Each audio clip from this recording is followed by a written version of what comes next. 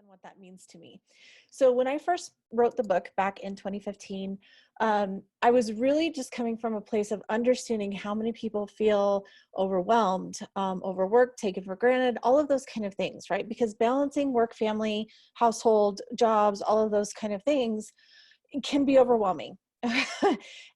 With what my guides are telling me right now and the way things that are going to be starting to change in 2020, we all really need to take a concerted effort to look at our own lives and start figuring out, where am I overwhelmed? Where can I reevaluate, reassess, like think about really what you want to do and go in, where you want to go in life. And so all of this is coming back. It's interesting, the messages that I've been getting the last few days are really coming back to the very first book I wrote. So it seems as though it's important for me to come back and revisit the book and go through it step by step. So I'm going to start doing a series of videos, and it's going to be talking about what I call embodied grace. Okay, now to me, embodying grace just means being able to be in a space to where you're graceful throughout your day, things move smoothly, life isn't so crazy, there's not as much drama, those kind of things. It's actually the same as being in flow with spirit, being in divine flow, okay?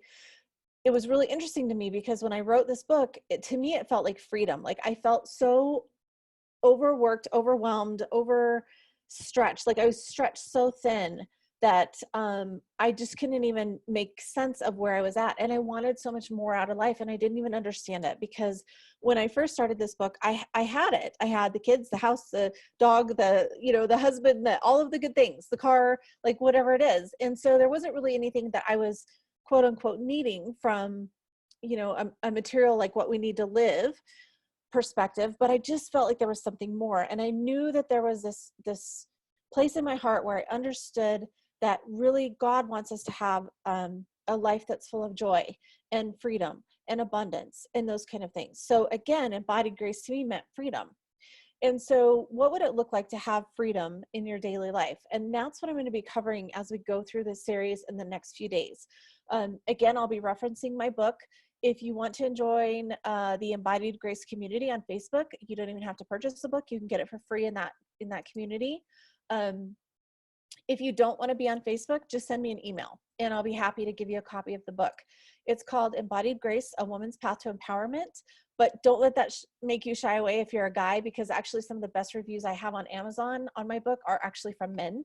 So it was really interesting how it actually reaches everybody, even though technically I wrote it for women in mind, because I am a woman, but just because I have that, the feminine perspective of what it feels like to like be super mom, and those kind of things. So what the book is about is helping you learn to break free from negative thinking, limiting patterns, like limiting beliefs, paradigms, programs, patterns, whatever it is that you've learned along the way up till now.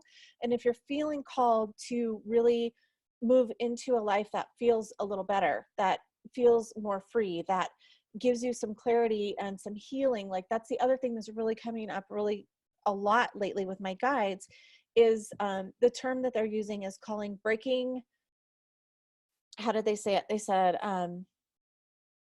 breaking the dysfunctional human condition. That's what they said. The dysfunctional human condition is what we need to look at.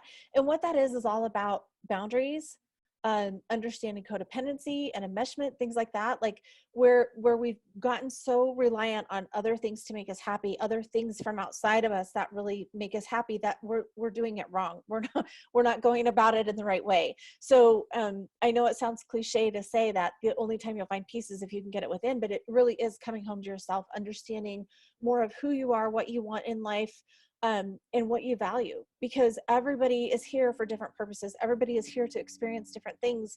So it's really about getting in tune with yourself and what you value and what you want to experience in life, and kind of letting go of what you think it should be, right? So it's no more of this keeping up with the Joneses and this is what life should look like and whatever. It's what do you want life to look like for you? So I hope you'll join me. Again, I'll drop the link below for the Facebook group if you want to join the Facebook group. And you can also get a free copy of the book. It's just a PDF download. If you would like to purchase the book so that you have something physically that you can hold, there's 2 versions on Amazon that you can get. One's a workbook and the other was just a small little book. You can throw it in your bag and take it with you or whatever. But I'm going to be revisiting it even for myself, because it just feels like it's divine timing to reassess goals, look at life from a new perspective. And there's a lot coming up in the next few years. It's really going to make us be more heart-centered, whether we're ready for it or not. So we might as well get ready and be a little bit proactive about creating a life that we love. I'll talk to you guys all soon.